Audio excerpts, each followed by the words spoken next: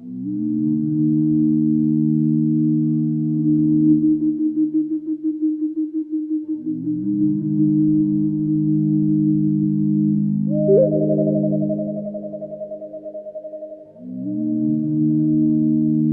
primer lugar, agradezco al museo por la invitación.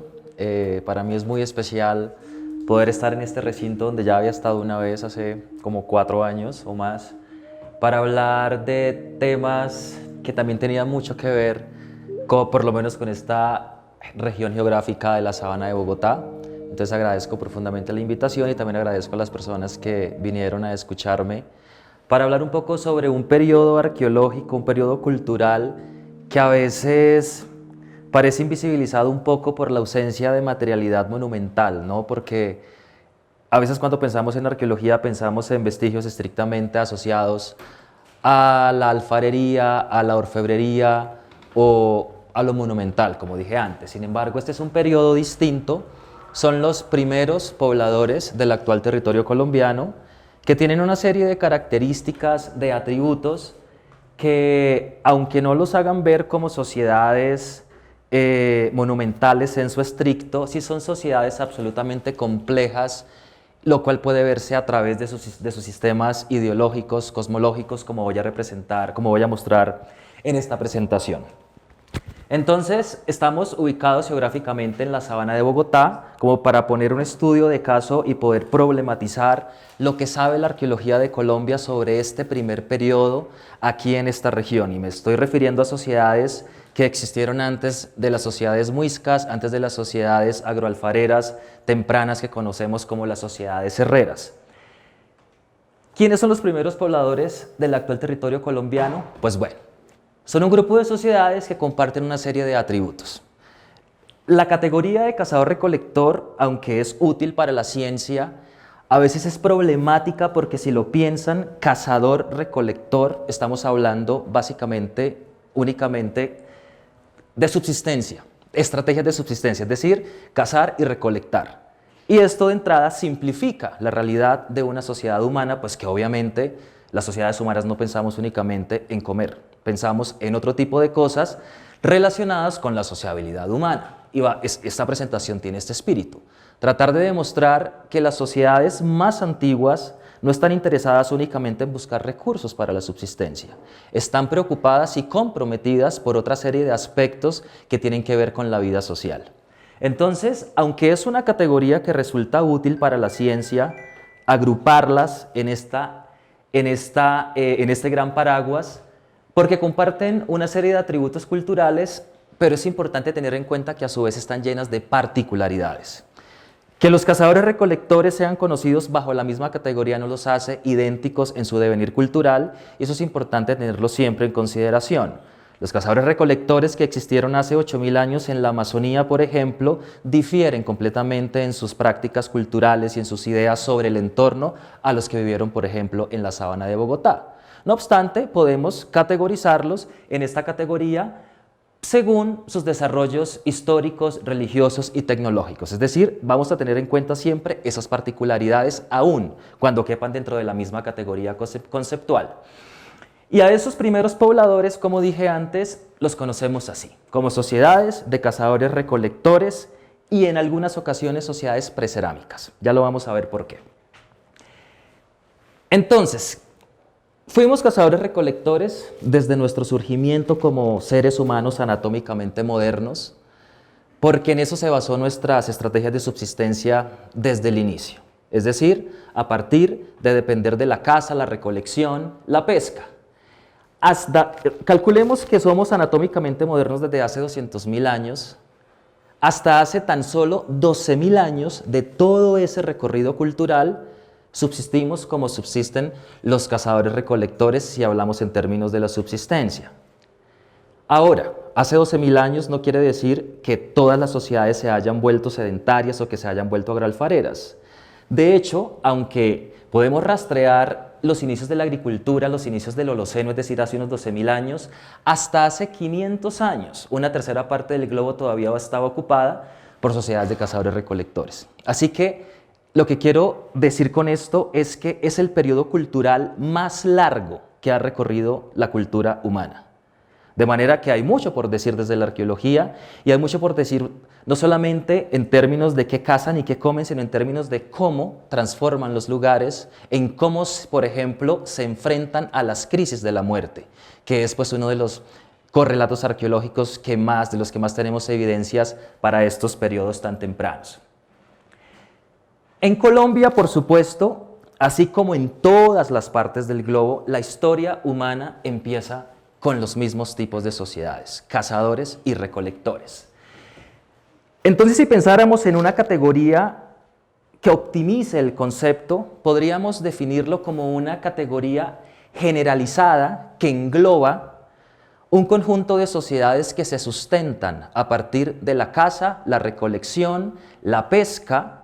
Algunos de ellos tienen algún tipo de agricultura incipiente o, por supuesto, tienen conocimiento para domesticar plantas y animales, pero en muy raras ocasiones los cazadores-recolectores dependen únicamente de la agricultura, por lo que esto implica culturalmente, como por ejemplo, quedarse únicamente en lugar y cuidar las plantas. Sin embargo, los cazadores-recolectores sí que tienen prácticas de horticultura, donde pueden tener conjuntos pequeños de plantas, ir a un campamento, volver y ir itinerantes en ese mismo sentido, pero siempre con la conciencia de que están cuidando un conjunto de plantas.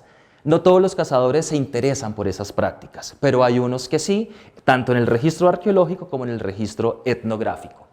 Entonces, una cosa que hay que tener en cuenta sobre ellos también es que son grupos de personas que se mueven en pequeños grupos, entre 12 y 20 personas aproximadamente, y estoy mencionando esto pues gracias no solamente a la información arqueológica, sino a la información etnográfica, o más bien dicho a la información etnoarqueológica que se ha recuperado de distintos trabajos en varias partes del mundo. Una cosa triste, como ocurre en muchas de las sociedades que no escriben sus vidas, sus historias, es que no sabemos cómo se llamaban a ellos mismos. En la sabana de Bogotá, como veremos más adelante, este tipo de sociedades recorrieron ese territorio durante más de 9.000 años. Pero son 9.000 años de historia sin registros escritos, lo que nos hace desconocer una gran cantidad de aspectos socioculturales, como por ejemplo, cómo se llamaban a sí mismos o cómo, por ejemplo, llamaban a las cosas. En el caso de Colombia, los cazadores-recolectores se caracterizan la gran mayoría por no tener elementos cerámicos, es decir, nunca se interesaron por adoptar tecnologías que les permitieran producir elementos cerámicos. Esto debido probablemente a los altos grados de movilidad, que es una de las características más importantes de los cazadores-recolectores, que tienen altos grados de movilidad, unos más que otros, y por supuesto no solamente se mueven porque sí, por supuesto que hay unas estrategias para hacerlo.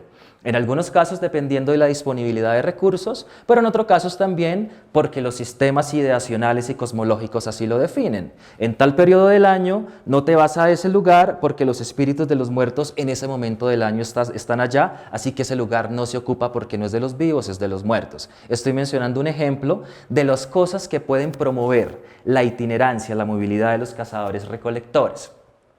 Entonces en Colombia, como dije antes, cuando nos referimos a los cazadores-recolectores, inmediatamente nos referimos a sociedades precerámicas, que no desarrollaron ese tipo de tecnología, sin embargo no es un prerequisito.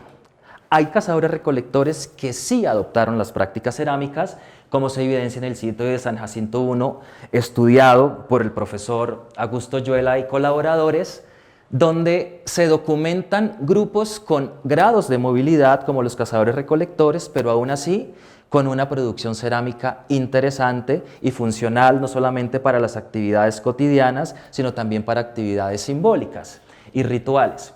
Entonces, en la mayoría del territorio colombiano y de la mayor parte del mundo, la evidencia arqueológica apunta a que los cazadores-recolectores no producen cerámica, pero hay excepciones. Entonces, para que no caigamos en el error de creer que los cazadores-recolectores, porque son tan itinerantes, no pueden adoptar o aprender a cómo producir bienes de alfarería.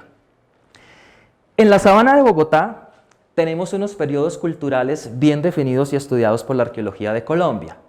A veces la gente piensa que el recorrido o la historia cultural de Colombia o desde el altiplano cundiboyacense inicia con las sociedades muiscas. o con las sociedades agroalfareras.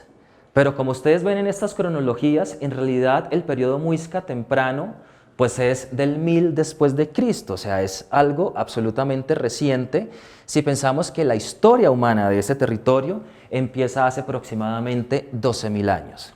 Y las personas que ocuparon ese territorio desde el 12.000 al 3.000 antes de presente es del grupo de sociedades al que yo me voy a referir en esta conferencia. Después de los cazadores-recolectores aparecen unas sociedades agroalfareras antiguas y con una característica tecnológica muy importante, y es que producen sal a gran escala.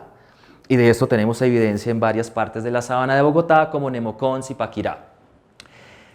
Estas sociedades cambian sus formas de subsistencia y deciden sedentarizarse por distintos procesos, por distintos motivos, a la vez que adoptan, como les dije antes, la producción de sal a gran escala, para lo que es necesario tener elementos cerámicos. Así es que son las sociedades más tempranas de las que contamos evidencias en la sabana con estas prácticas de agricultura y de alfarería.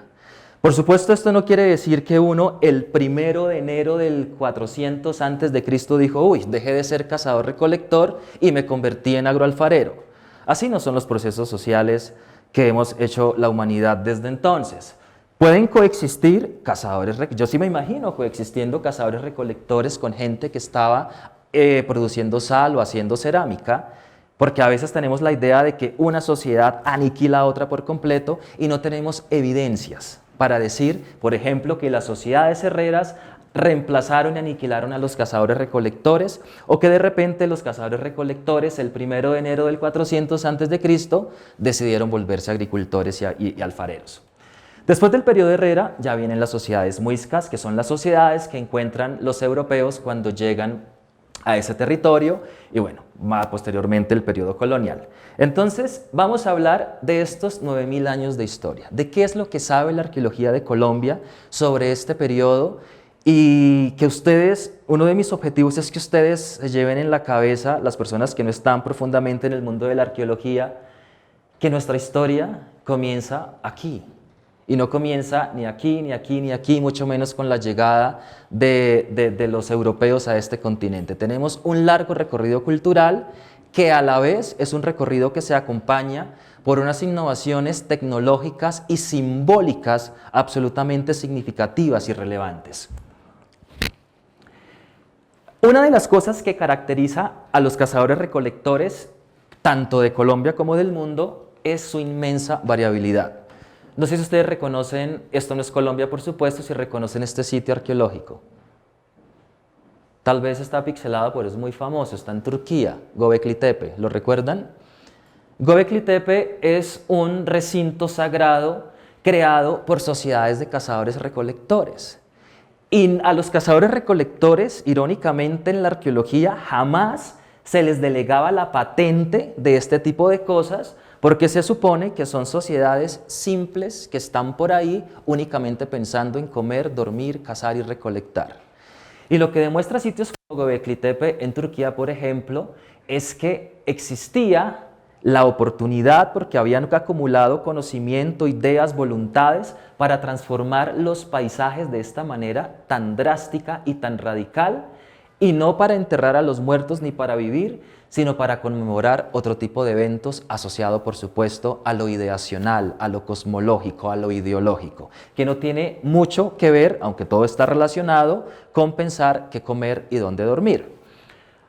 Hay cazadores-recolectores que hacen este tipo de cosas. Esto tiene una antigüedad de entre 9.000 y 10.000 años, o sea, esto es mucho antes de lo que ocurrió de los grandes acontecimientos de la revolución neolítica, porque pues, las evidencias que se han encontrado en este sitio nos sitúan cronológicamente ahí. Otra cosa que hace distinto a este tipo de sociedades son los grados de movilidad. Algunos deciden moverse menos, algunos deciden moverse más. Los estudiantes de arqueología que están acá recordarán, por ejemplo, las propuestas de Binford para hablar de movilidad logística, movilidad residencial, y crea unos modelos conceptuales para explicar cómo es que se mueven los cazadores-recolectores. Como dije, algunos son alfareros, otros deciden, no, yo no me encarto con esas vasijas cerámicas, yo prefiero hacer todo con materiales vegetales. Algunos son agricultores a pequeña escala, algunos domestican plantas y animales, como aquí en la sabana de Bogotá, por ejemplo, domesticamos un animal. ¿Se les ocurre cuál animal pudimos haber domesticado acá hace 10.000 años, 8.000, 7.000 años? Curí, muy bien.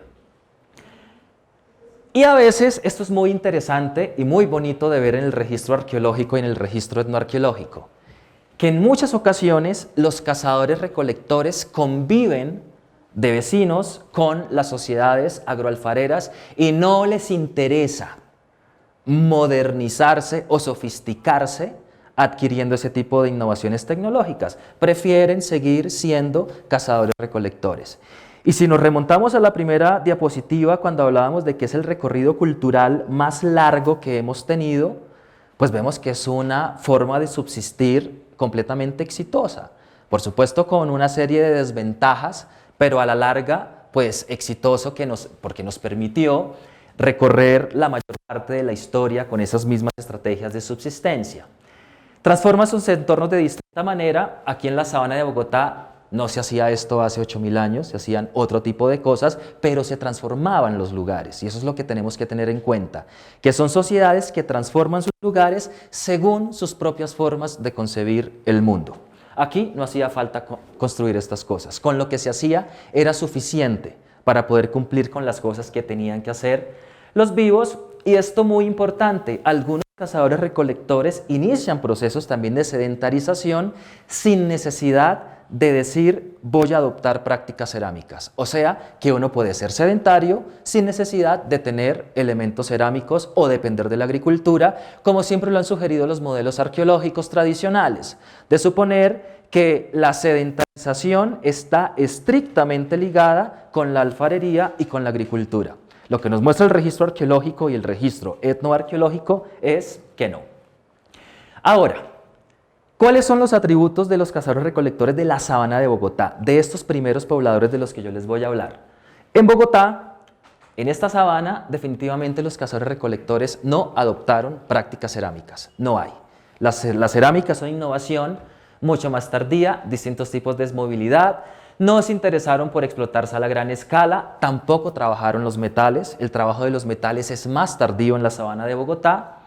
Tampoco hay evidencia de producción textil, pero sí usaban prendas de vestir. Yo he visto las representaciones de los primeros pobladores de la sabana de Bogotá completamente desnudos, por ejemplo, a temperaturas de 2 grados centígrados, y en el registro arqueológico encontramos evidencias de herramientas de hueso que sugieren la presencia de prendas de vestir. A mí me parece un poco inconcebible imaginarnos a esta gente completamente desnuda con las temperaturas de la sabana de Bogotá. Por supuesto que se vestían.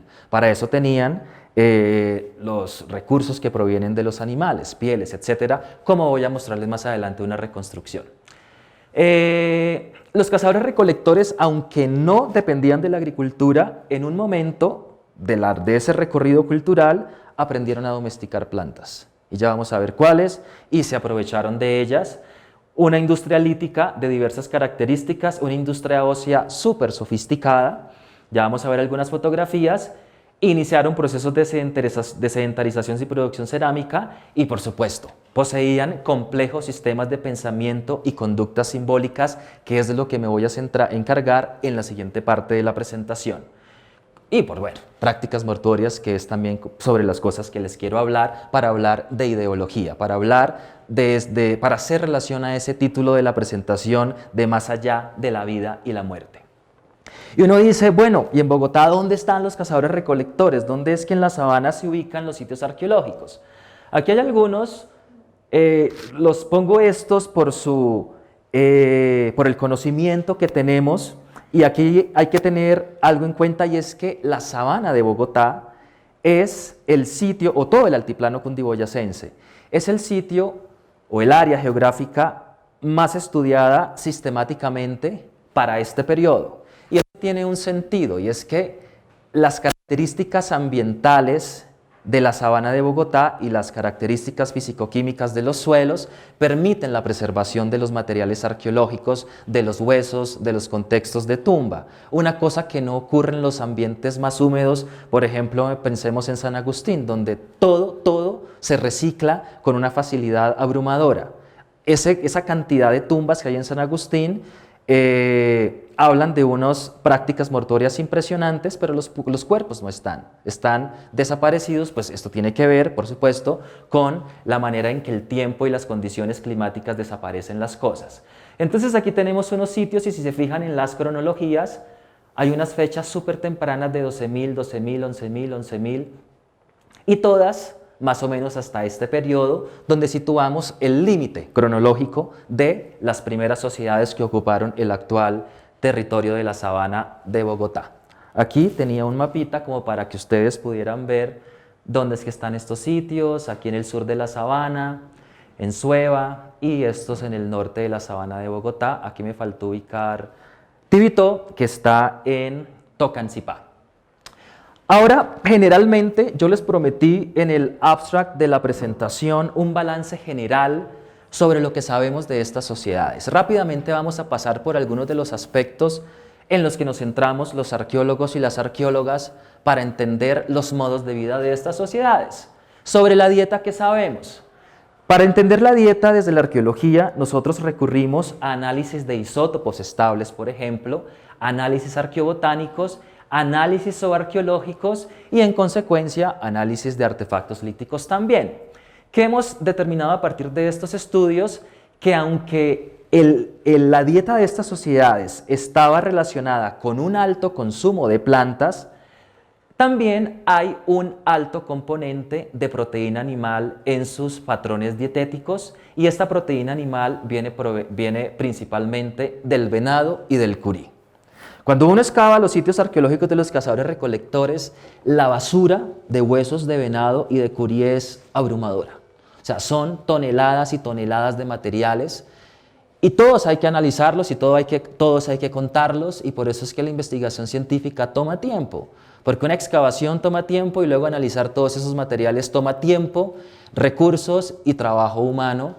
Y aquí está la cuña para los estudiantes que no les gusta lavar huesos. Nos toca lavar todas las toneladas de huesos porque si no, no hay datos de calidad. Entonces, esto es como a grandes rasgos lo que sabemos que estaban consumiendo, por supuesto, muchas plantas, pero también proteína animal. Y este caso es muy lindo, el de Tibito, que les mencioné de Tocancipá, porque es un sitio maravilloso, el único sitio de hecho en la sabana donde se documenta la presencia de megafauna extinta con elementos líticos, lo cual directamente lo relaciona con sociedades humanas. O sea que esta gente de hace 11.000 años coexistieron y explotaron o se relacionaron, interactuaron con megafauna extinta, en este caso particular con caballo americano, que es este, y mastodonte, que pues ahí hay una pequeña ilustración. Entonces no solamente se estaban comiendo el curí y el venado, sino este tipo de megafauna.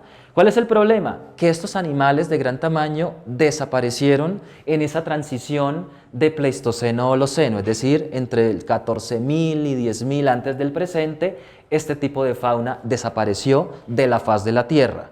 Si se piensan en otros continentes, África tiene animales grandes, pero en América, pues el animal más grande, entiendo que puede ser el tapir, pero no tenemos animales de este tamaño más en América.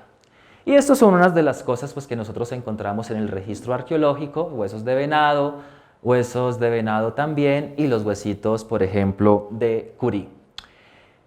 En el sitio de Checua, donde yo he adelantado mis estudios durante los últimos años en compañía de la doctora Sonia Archila, hemos trabajado para centrarnos en explorar varios aspectos de estas sociedades. Y sigo hablando de la dieta. En Checua, por ejemplo, nosotros logramos encontrar microrrestos y macrorrestos asociados a plantas como cubio, uyuco, frijol y probablemente maíz para el periodo de 5.000 antes del presente. Y cuando hablo de las probabilidades es porque las técnicas arqueobotánicas y la información arqueobotánica requiere de unos datos de altísima resolución que no permiten hablar a un nivel de especie muy apresuradamente. Seguimos estudiando para poder entender cómo interactuaban estos cazadores recolectores con sus recursos vegetales.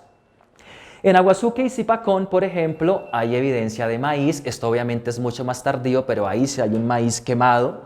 evidencias de calabaza, cucurbita pepo y otro tipo de plantas que demuestran que aunque hacia el 5000 o antes tenían estas plantas que estaban modificadas genéticamente. Es decir, esta gente sabe cómo funciona la selección artificial y están modificando las estructuras genéticas de las plantas. Y en esta fase cronológica del 3800 hacia adelante, parece que ya se cultivaban algunas plantas y dependían en mayor medida de ellas. Hacia el 3500, en toda la sabana ya hay un consumo generalizado del maíz y otras plantas, y por supuesto después del 3000 y sobre todo con el surgimiento de las sociedades agroalfareras ya hay una dependencia principal más que de todas las plantas del maíz. Entonces, si pensamos en qué comía esta gente, comía venado, comía curí, tenía plantas ya domesticadas y probablemente cultivadas por ellos mismos, y ya hacia el fin de la secuencia cronológica, hacia el 3000, pues hay una dependencia mayor del maíz. Pero como mencioné antes, esto no quiere decir que se deje de cazar o que se deje de recolectar. Así no ocurren los procesos socioculturales en las sociedades humanas. ¿Qué sabemos de los patrones de asentamiento de estos grupos? Ellos están interesados en vivir o en abrigos rocosos o en sitios a cielo abierto. No importa si una gente vive acá y a 500 metros otros viven acá, parece que eso son elecciones completamente voluntarias de estos grupos, pues porque no hay una particularidad que diga los más antiguos están acá y los más recientes están acá. Entonces, ¿dónde les gusta vivir a esta gente? En terrazas, en colinas no inundables o en abrigos rocosos, pues que bueno, permite un beneficio adicional, que es el de resguardarse de animales grandes o de la lluvia, de vendavales, etc. ¿Y cómo eran sus casas? Para que se hagan una idea, estas son las plantas circulares, son las plantas de vivienda donde esta gente decidía vivir la vida para dormir, para cocinar. Si se fijan acá, aquí hay un fogón, esto es del sitio de Aguazuque, excavado por el profesor Correal. Y estas plantas circulares tienen las huellas de poste, esos huequitos que se ven son los huequitos que quedan cuando se clava un palo y ese palo desaparece con el tiempo. Sus casas, por decir casas y traerlo a nuestro propio concepto de vivienda, tenían diámetros de entre 6, 4, 3 metros. O sea, son estructuras pequeñas que probablemente no puedan resguardar más de 3 personas o por mucho 4 personas. Y en este caso les iba a comentar que las huellas de poste tienen un grado de inclinación, lo que supone que las estructuras son en forma de colmena.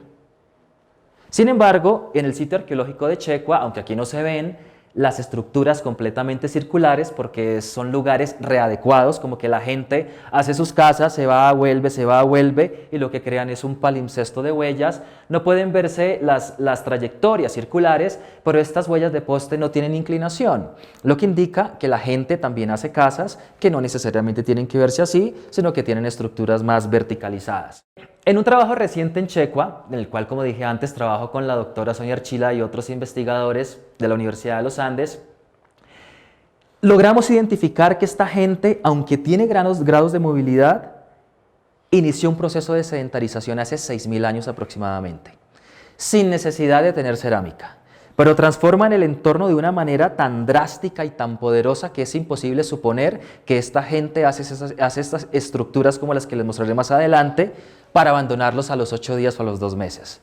Y además, la evidencia arqueobotánica, la evidencia de la industria lítica, la evidencia de las estructuras, nos lleva a sugerir que es gente que está interesada y que tiene la convicción de quedarse en estos sitios por lugares, por periodos de tiempo mucho más prolongados. Esta es la colina de Checua, de las que les estoy hablando, donde la gente decidió adoptarla para ejecutar el proceso social de la vida, y no quiere decir que se quedaron ahí para siempre, porque es una ocupación de casi 4000 años, y uno en 4000 años se va y vuelve, por supuesto que sí, pero en las ocupaciones más tardías del 5000, que es la última, cuando la gente decide abandonar ese sitio para siempre, las evidencias de un proceso significativo de sedentarización son bastante significativas. Ahora, esta gente, como dije antes, no tiene cerámica, no tiene oro, no tiene estas cosas, todo lo hacen de madera y piedras. Y si pensamos cómo serán sus herramientas de piedra, aquí tenemos un raspador, tenemos un canto discoidal horodado, que se le conoce en la literatura como donas, proveniente del inglés donut stones, que se asocian al uso, habían dicho que eran pesas, que esto se le ponía a las redes para tirarlos a los ríos, pero han surgido otra serie de hipótesis que se asocian más con procesos de siembra de plantas. Hemos visto en registros etnográficos, por ejemplo, que a estas donuts, por ejemplo, las engastan en ramas de árboles y cuando la rama crece, eso no lo saca nadie de ahí y lo que hace es que cortan la rama y estas piedras le dan peso a esa vara para, por ejemplo, hacer surcos en la tierra. Por supuesto que esta información nos permite ampliar el espectro interpretativo, pero pues no estamos suponiendo que era así. Siguen los estudios para poder entender más de las donas, porque es un tema que les confieso está muy poco explorado. Solo se reportan, pero nadie dice, bueno, ¿esto para qué era? Aquí tenemos algunos cuchillos, navajas. Esta es la industria lítica. En la literatura arqueológica, la industria lítica de los cazadores-recolectores es catalogada como una industria expedita, simple, porque sí, es muy fácil de elaborar, no parecen herramientas muy sofisticadas que uno quiera guardar toda la vida. Parece que son de un carácter expedito generalizado y generalmente son unifaciales. ¿Qué quiere decir unifaciales? Que se trabajan únicamente por una cara. Los bifaciales, en contraposición, son esos instrumentos que ustedes ven generalmente en fotos y en documentales, como las puntas de proyectil, que tienen un trabajo por las dos caras de la piedra. En la sabana de Bogotá tenemos esa industria lítica también, tenemos bifaciales, pero la gran mayoría son unifaciales. Y les voy a contar algo muy interesante. La industria lítica en Bogotá, en este territorio, casi todo Colombia de hecho, es exactamente la misma desde hace 12.000 años hasta que llegaron los españoles. Durante un periodo más tardío, cuando se adoptan prácticas de agricultura, pues por supuesto que hay herramientas asociadas a la agricultura o al cultivo de plantas. ¿Se les ocurre qué podría ser esto, por ejemplo? Está facilísimo. Esto tuve la oportunidad de excavarlo yo y yo dije, descubrí un sistema de escritura nunca antes documentado en este país. Y bueno, aunque tiene unos patrones bastante sistemáticos, de hecho, pues esa es la característica por la que se le puede asociar un uso. Y esto se presume que es un rallador. Esto es para rallar, sí, dijiste rallador, muy bien, para rallar tubérculos.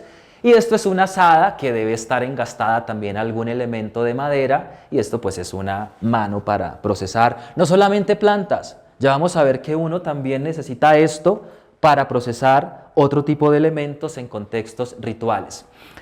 En contrario, la industria ósea de los cazadores-recolectores de ese territorio es fascinante, es muy elaborada, mucho más compleja que la industria lítica. Y por ejemplo, esto es un cuchillo elaborado a partir de una escápula de venado. Aquí tenemos unos punzones con lustre que las fotos no les hacen justicia porque son absolutamente brillantes y lindos, eso está fracturado, pero son elementos de hueso que son sometidos al fuego y que son tratados de manera especial para poder obtener este brillo, y por supuesto que son elementos delicados y los que yo desde mi perspectiva de lo que he visto en campo y en mis excavaciones, asumo o lo asocio, por ejemplo, al uso de pinzas para el uso de abrigos como pieles de venado, que no es descabellado, pues en los periodos ya documentados como en los muiscas tenemos un montón de alfileres que tenían esa misma función. Entonces, este tipo de artefactos elaborados a partir de hueso son fascinantes y, como dije antes, mucho más sofisticado que la industria lítica. Los pisos de piedra son un rasgo arquitectónico maravilloso. Esta fotografía quizá no hace justicia a lo que en realidad es, pero si vemos muchas piedritas acumuladas y son un patrón generalizado. Mira que hay sillas, ven. Ok. Son un patrón generalizado en toda la sabana de Bogotá. Desde hace 7.000 años aproximadamente, los cazadores-recolectores decidían resolver algún tipo de problema del que no tenemos claridad, qué es lo que quieren resolver, con estos pisos artificiales de piedra. Porque si uno camina sobre estos pisos, en la actualidad resulta completamente incómodo. Y excavarlos de rodillas es mucho más incómodo. Entonces, esto debe ser parte de una estructura mucho más compleja que nosotros denominamos piso de piedra y que todos los de Tequendama, los del Abra, los del Chía, todos adoptaron para modificar sus áreas de vivienda. Entonces, es uno de los rasgos arquitectónicos generalizados, son los pisos artificiales más antiguos de la sabana de Bogotá y probablemente del actual territorio colombiano. Otro rasgo que en la literatura arqueológica se le conoce como los apisonados compactos, y son unas concreciones a veces mezcladas con sedimentos arcillosos para adecuar también los pisos que se están ocupando en las áreas de vivienda. Esos apisonados compactos también son de uso generalizado, así se ven más o menos en el registro arqueológico, y son súper duros de excavar. Entonces son pisos artificiales que se hacen y que además son más antiguos que los pisos de piedra. Parece que la gente más antigua prefería modificar sus pisos así y ya luego, después del 7000, 6000, 5000, decidían transformarlos con piedras para hacer pisos de areniscas. Otras estructuras que hacía esta gente, por ejemplo, miren esto. Acá hay una estructura circular de huellas de poste, pero esto tiene 30 centímetros de diámetro, ahí no puede vivir una persona. ¿Qué se les ocurre a ustedes que para qué podría ser este tipo de estructuras? ¿Cómo? Sí, para almacenar algo. Yo no sé, yo en mi imaginación, mis delirios, a veces pienso, ahí tenían encerrado un curí, por ejemplo, o ahí estaban guardando semillas, qué sé yo. Pero son estructuras, como ven, circulares. Todo lo de los cazadores recolectores es circular, que probablemente tiene mucho que ver con el movimiento de los astros, que tiene que ver con la forma en cómo se está concibiendo el cosmos. Las áreas de combustión y esta gente cómo cocina. Tenemos identificados 3 tipos de fogones para la sabana de Bogotá. Este tipo, que son cubetas o depresiones, donde se pone el fuego y los alimentos o lo que se quiera quemar. Este tipo de fogones, que es simplemente quemar sobre tierra, pero probablemente con algún soporte. Miren, aquí tenemos las huellitas. Y este tipo de fogones que son con piedras. Estos son los 3 tipos de fogones que se identifican en la literatura arqueológica y que de hecho yo cuando excavé Checua documenté esto, pero no documenté este tipo de fogones, que esto es del sitio de Aguazuque, aquí en el sur de la sabana de Bogotá. Generalidades sobre los aspectos de la vida. Esta gente, como dice acá, no supera los 40 o los 45 años, que de hecho es la esperanza de vida hasta hace muy pocos siglos en casi todo el planeta. Y aunque con una alta probabilidad de que los individuos masculinos mueran más jóvenes, es decir, los individuos de sexo biológico masculino tienden a morirse más rápido que las mujeres entre los 25 y los 35 años. Las mujeres viven un poco más en términos generales durante este periodo.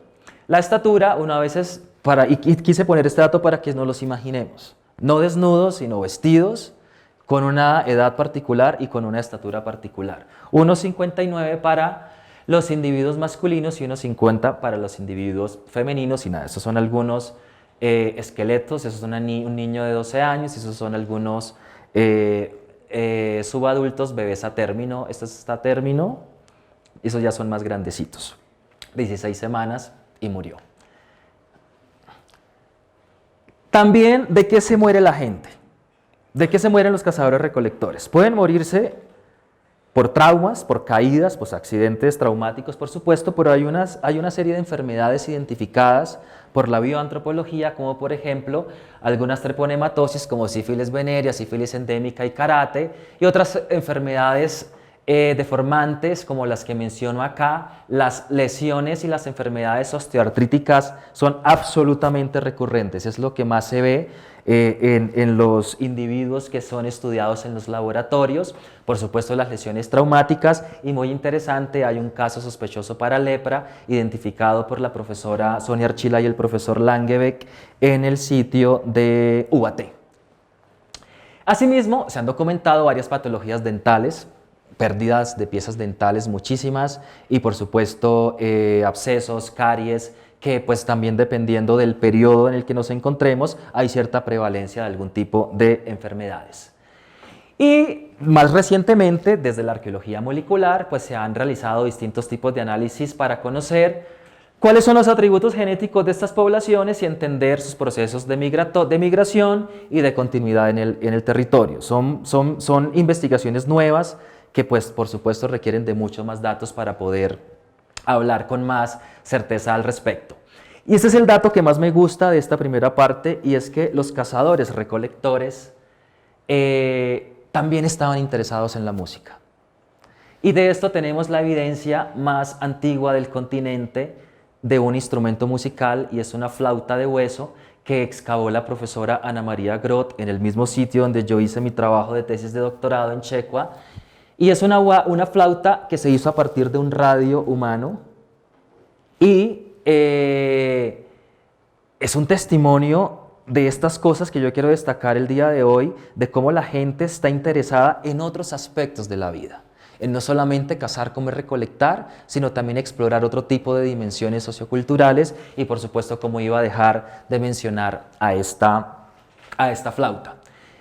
Y bueno, sobre conductas rituales, uno dice, y esta gente, claro, no tiene estructuras de piedra enormes que hablen de ritualidad, pero sí hay un conjunto de estructuras que dan fe, dan testimonio sobre prácticas rituales complejas, como por ejemplo estas plataformas que identificó el profesor Correal en el sitio de Aguazuque. Por eso es que este sitio de Aguazuque aquí al sur es tan importante en todo el continente para entender no solamente procesos de poblamiento y sus primeros pobladores, sino para entender el pensamiento simbólico y ritual de este tipo de sociedades. Él describe tres plataformas con unas características en las que no voy a detallar por cuestiones de tiempo, y lamentablemente pues las fotografías no son tan óptimas, pero acá, por ejemplo, el profesor dice: detalle de la plataforma circular del sector nororiental mostrando hueco relleno con arenisca y huesos de venado. Y es esta estructura que se ve acá, que parece que el resto se introduce en la pared del corte, pero miren lo que dice. Es muy interesante. El contorno de la primera estructura muestra una serie de huecos de diámetros pequeños que no exceden los 9 centímetros, separados por distancias variables de entre 10 y 25. Sobre esta plataforma, hacia su sector sur, aparece un hueco de 22 centímetros de diámetro y 25 de profundidad, relleno con restos de venado y piedras areniscas. El diámetro total calculado para esta plataforma es de 3,75. Ahí no está viviendo la gente. Ahí la gente se está relacionando con los seres espirituales, con los animales, con las plantas, de una manera completamente distintas. Son áreas marcadas como rituales. Entonces, cuando pensamos en esta gente, a veces ignoramos este tipo de cosas que los sitúa en una estructura absolutamente compleja de pensamiento. Quería mencionar estas plataformas. Aquí están las ilustraciones que hace el profesor Correal sobre las tres plataformas, que no asocia ni a viviendas, ni a áreas de combustión para cocinar, ni a áreas de basura, sino como una serie de plataformas dedicadas para lo ritual. En el sitio de Checua también excavamos un área que lastimosamente no se pudo excavar toda porque estaba ahí el límite del corte, pero vemos esas estructuras que son huellas de poste con concreciones que delimitan, miren cómo va la delimitación, de un área con un piso de piedra que debería tener, no sé, unos 1 metro de diámetro tal vez, donde no cabe una persona, pero donde probablemente también se realizaba algún tipo de práctica ritual. Ahora voy a centrarme, alguien me dice cuánto me falta, es que no sé para qué horas comencé. ¿Qué hora es? 3:22. O sea, 20 minutos, listo. Para hablar del pensamiento simbólico, ideológico, y para hablar de, ya les mostré esto de la subsistencia de la vida, ahora quiero centrarme en la muerte, que son los aspectos más relevantes de este tipo de sociedades para situarlos en un tipo de estructura de pensamiento simbólica donde se desarrollan donde se estructuran una serie de ideas para enfrentarse a problemas tan serios y tan relevantes como la experiencia de la muerte. Y lo que quiero hacer es hablar de las prácticas funerarias de las que tenemos evidencias en algunos de los sitios de la sabana de Bogotá. Esto es una panorámica de la excavación del sitio, de uno de los cortes del sitio de Checua. ¿Y qué sabemos en términos generales de las prácticas funerarias de esta gente? Los cazadores recolectores viven con los muertos. No hay evidencia hasta el momento que sitúe a las tumbas de estas personas en sitios distintos a las áreas de vivienda. Realizan distintos tipos de ritos mortuorios, y ya voy a hablar un poco de eso. Hemos documentado el modo en que sus patrones funerarios se transformaron a través del tiempo. La gente más antigua entierra a los muertos de una manera y la gente más tardía entierra a los muertos de otra manera. Realizan enterramientos primarios, secundarios. Un enterramiento secundario, para los que no están en el mundo de la arqueología, son estos enterramientos donde se entierra una persona en una tumba temporal y al tiempo se saca su cuerpo para ser dispuesto en una tumba final. Generalmente lo que se saca son restos óseos ya en estados de reducción esquelética total. Enterramientos de episodios múltiples donde te entierran, luego al mes o a los años vuelven y abren tu tumba y te quitan algo, te ponen algo y vuelven y tapan tu tumba y se van y vuelven, y son eventos de episodios múltiples muy reiterativos desde hace 9.000, 10.000 años aquí en la sabana de Bogotá. Y por supuesto hay enterramientos individuales, dobles, triples, colectivos y múltiples. Lo más importante de esto, poseen complejas ideas para conmemorar la muerte por medio de un complejo lenguaje simbólico, y esto, crean y transforman lugares por medio de impresionantes actos rituales y distintos tipos de estructuras funerarias, como vamos a ver. Estos cráneos son del sitio de Aguazuque y, como verán, pues están intervenidos. Si ven, tienen algunos decorados y grabados con volutas y algunos motivos curvilíneos y líneas paralelas anacaradas sobre negro. Entonces, para que eso se pueda hacer, por supuesto que alguien debe morir y ser enterrado, inhumado, al someterse a algún proceso de reducción esquelética para poder obtener este elemento del cráneo y poderlo transformar de esta manera. Por supuesto que cuando un cazador-recolector o cuando un ser humano decide hacer este tipo de cosas es porque tiene un sistema de ideas o tiene unas actitudes hacia la muerte particulares que le hacen pensar o promover este tipo de ideas para poderlas articular en la experiencia que se tiene cuando se conmemora la muerte de alguien, porque estos elementos se decoran y se hacen de esta manera para ponerlos con otros muertos. Y esto, por supuesto, que nos lleva a hablar de aspectos de la sociabilidad humana, como la memoria social, la territorialidad, la ancestralidad, etc. Y son temas de los que hablamos en la actualidad en arqueología, de describir esto para podernos plantear este tipo de preguntas, de por qué la gente está haciendo este tipo de cosas. Creo que me devolví. Estos también son cráneos de Aguazuque con sus caras internas. Es una práctica reiterada en este sitio y por eso yo destaco la importancia de verdad en todo el continente para entender qué estaban pensando los primeros pobladores de ese territorio para, por ejemplo, transformar los cuerpos de esta manera, porque son transformaciones de los cuerpos, transformaciones póstumas que también nos hablan de cómo se relacionan las personas con los cuerpos de los muertos. Lo mismo, pero con los huesos largos, y eso también es en el sitio de Aguazuque. Hay inhumaciones, tratamientos posteriores y estos grabados absolutamente sobrecogedores para conmemorar la muerte de otras personas que mueren después. Estos enterramientos son individuales y son del sitio de Tequendama, donde hay una serie de prácticas rituales también relacionadas a los primeros periodos de ocupación. Y este enterramiento, aunque son fotos de un libro de 1990 del profesor Correal, miren este enterramiento colectivo tan impresionante.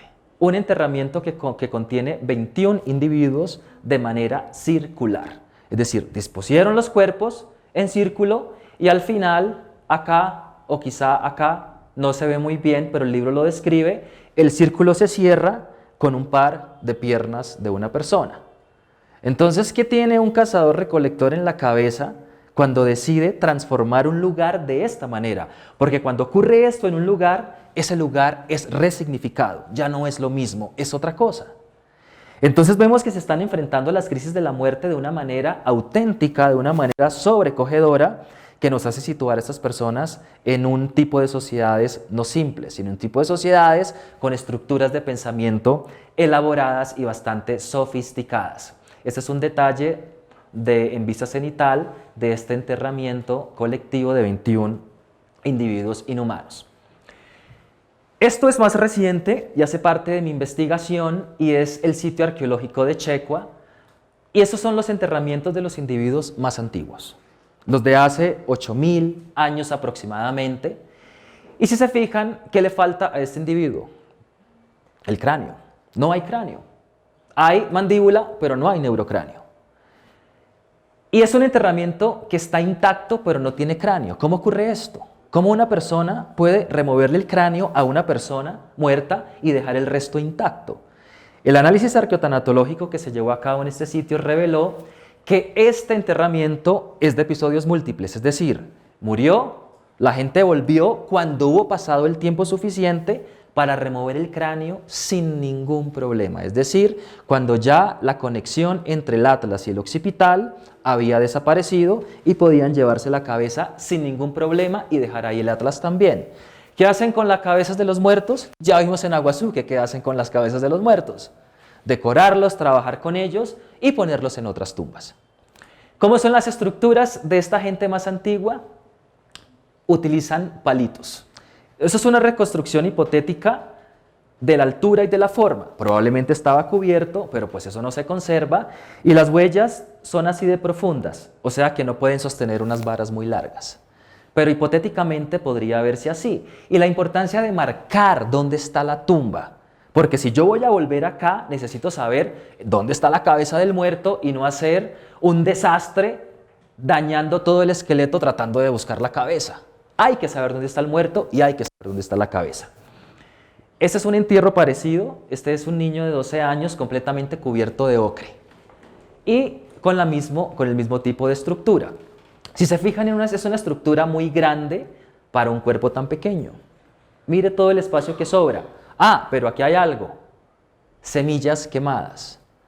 Lo que me sugiere que aquí debió haber ocurrido algún tipo de ofrenda, plantas que después quemaron, pero no está vacía la tumba, es decir, no es este espacio ahí vacío porque sí, y nuevamente la estructura circular.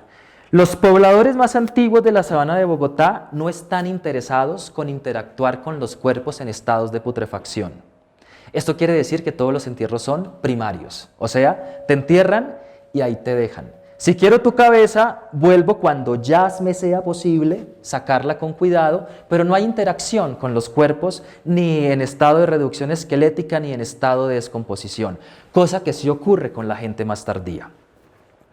Y eso es muy interesante de notar en el registro arqueológico. No solamente describir estas tumbas, sino explorar estas ideas sobre las ideas, sobre lo cosmológico, sobre cómo me relaciono con el cuerpo. Esta tumba es significativa porque está en la en la transición entre los más antiguos y los más recientes, es decir, en el 6000 antes del presente más o menos. Los más antiguos estaban entre el 8000, 7000, ahí en Checua. Y esta señora murió hace unos 6500, 6000 años y vemos que conserva las cañitas que se usaban antes, pero también conserva las piedras que van a ser el rasgo más importante para la gente que vivió en la colina durante los próximos 1000 años. Y es porque tiene ese cuero de venado ahí, ¿por qué se están inventando eso? No lo estamos inventando. Es una reconstrucción que se hace a la luz del análisis arqueotanatológico que realizamos en el sitio arqueológico y por lo cual nos fue posible inferir que aquí hubo un bloqueo de sedimento que generó que este hueso se moviera de esta manera y que los huesos de la mano tuvieran esta posición irregular. Y bueno, otra serie de datos arqueotanatológicos nos permite inferir que el cuerpo había sido cubierto con algo que bloqueó temporalmente el flujo de sedimento, lo que hace que todo lo que ocurre aquí cuando una persona está en proceso de descomposición se mueva. Entonces, para más detalles de arqueotanatología, hay mucha literatura disponible. Esta tumba también es muy linda, es una mujer que murió y para conmemorar su muerte hicieron una tumba de piedra y acá quemaron semillas. Y eso nos hace pensar en los olores, en cómo los olores se articulan al ritual de la muerte. Y no solamente los olores, ya vamos a ver, aquí hay una reconstrucción de esta señora cuya tumba era completamente roja. Pensemos en los colores de las tumbas, en cómo la gente está comprometida con los muertos y no usan las piedras que caigan, sino que hay una intención y una voluntad de ir a buscar piedras rojas al valle y traerlas para conmemorar la muerte. Acá tenemos entonces un espacio para saumerios y si se fijan, un pie quedó por fuera. O la tumba quedó pequeña, calcularon mal el tamaño, o es intencional, pienso que es intencional, porque tenemos otra tumba con el pie del muerto por fuera también. ¿Por qué? Nunca lo sabremos, claramente. El color. Sigo hablando del color porque esta tumba es maravillosa por su estructura. Aquí está el nicho para las plantas, aquí se recuperaron las semillas quemadas. Aquí hay un caracol como ofrenda, que el caracol es un colgante, más adelante les muestro. Y esta tumba, pues es que esto no había sido documentado todavía para los cazadores recolectores, este tipo de estructuras, porque las tumbas eran de otra manera y de repente en el sitio arqueológico de Checua, en Emocón, la sabana de Bogotá al norte, empezamos a documentar este tipo de estructuras funerarias inéditas. No teníamos conocimiento de que así también se enterraban a los muertos. Esta persona se veía de esa manera. Y está así porque lo trajeron de otra tumba. Aunque pareciera un enterramiento primario, en realidad es un enterramiento secundario donde únicamente decidieron transportar estas partes. Y lo que es más interesante aún, descubrimos que era definitivamente secundario porque cuando lo trajeron acá, esta pierna estaba invertida. Es decir, la parte proximal de la tibia estaba en la parte de abajo. Si uno no observa con cuidado en campo lo que está viendo, pues uno simplemente anota y anota, pero cuando tenemos este nivel de detalle, porque nos interesa responder ese tipo de preguntas, podemos descubrir detalles de ese tipo. Y acá, por supuesto, el saumerio, y miren el pie otra vez por fuera. Esta tumba también tenía piedras abajo grises y piedras abajo rojas, y es un evento de episodios múltiples porque este hueso coxal debería estar acá, pero en realidad está acá. ¿Cómo llevaron el hueso coxal hasta allá? Debieron abrir la tumba, pero en un momento en que ya había reducción esquelética, porque esto no se puede hacer con 3 meses de muerto. Esto se puede hacer cuando ha pasado aproximadamente 1 año y medio de muerto, cuando las conexiones se han perdido y esas articulaciones pueden moverse de esa manera. Y este cráneo, este enterramiento es secundario. Como se fijaron, los cazadores recolectores más tardíos de Checua deciden usar piedras, no hacen más tumbas con varitas. ¿Se acuerdan de las varitas? Ya no más varitas. Ahora la gente hace sus estructuras, sus tumbas con piedras y hace enterramientos secundarios.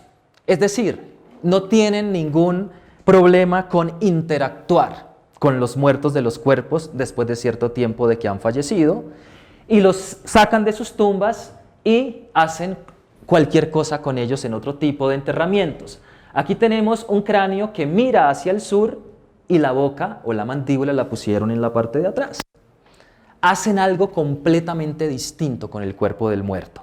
Recuerden que los más antiguos no quieren interactuar con los cuerpos. Aquí hay una interacción con los cuerpos reiterada.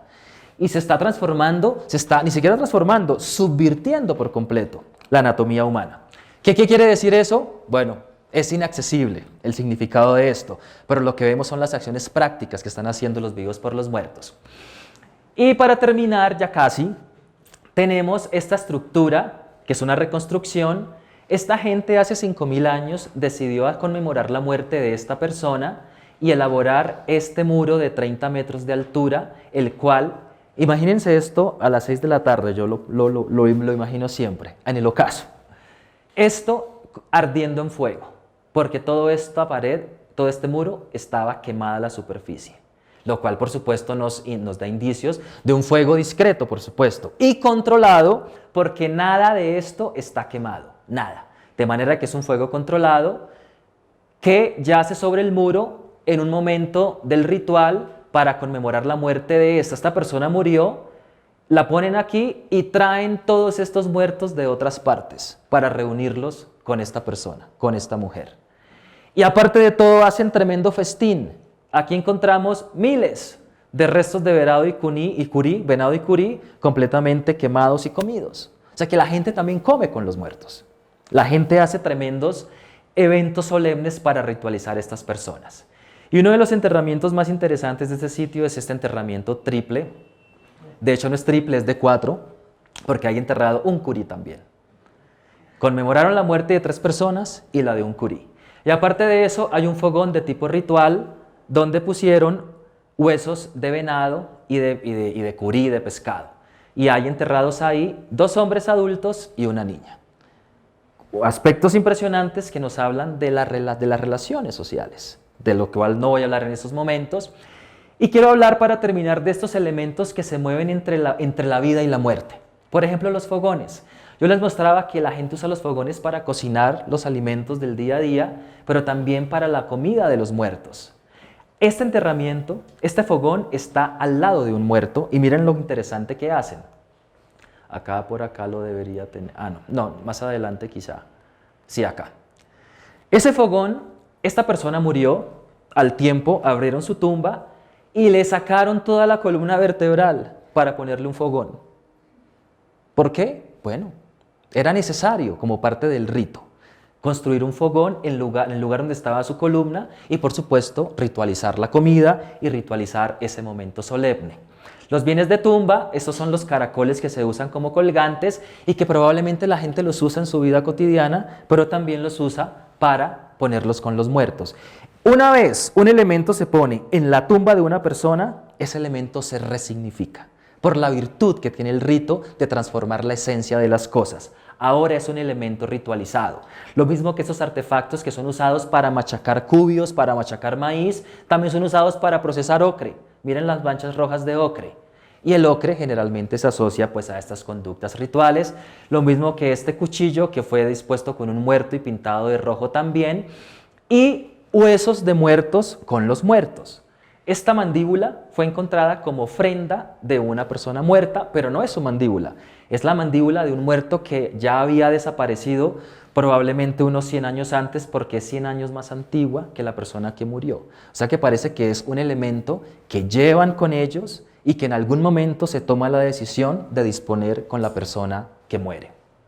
Y completamente pintada de rojo además. Para concluir, el estado actual de las investigaciones arqueológicas sobre los primeros pobladores de la sabana de Bogotá nos ha permitido reconstruir diversos aspectos relacionados con sus modos de vida y sociabilidad, que son los primeros elementos que comenté. Los cazadores-recolectores transitaron por la sabana de Bogotá durante más de 9000 años. Aprovecharon su entorno y transformaron sus espacios físicos a distintos niveles. Aunque estos cazadores poseían altos grados de movilidad, algunos optaron por adecuar sus lugares con la convicción de que se quedarían por periodos de tiempo prolongados. Algunos iniciaron significativos procesos de sedentarización. Estas sociedades adoptaron distintas innovaciones tecnológicas que garantizaron el éxito de sus estrategias de subsistencia. Y el registro arqueológico demuestra que estas gentes poseían conductas rituales y que se ejecutaban en la práctica y que esas acciones también creaban y resignificaban lugares. Sabemos que estas sociedades estructuraron profundas maneras de enfrentarse a las crisis de la muerte, ya lo vimos. Diseñaron complejos ritos funerarios que pudieron ser usados como dispositivos del recuerdo, porque esos son las tumbas y los ritos funerarios, dispositivos del recuerdo y como nodos físicos llenos de significado. Los vivos vivían con los muertos. Los cazadores recolectores de la sabana de Bogotá también se regocijaban en el poder de la música, y esto es fascinante, y estructuraron un lenguaje simbólico propio que trascendía la vida y la muerte. Y eso es todo.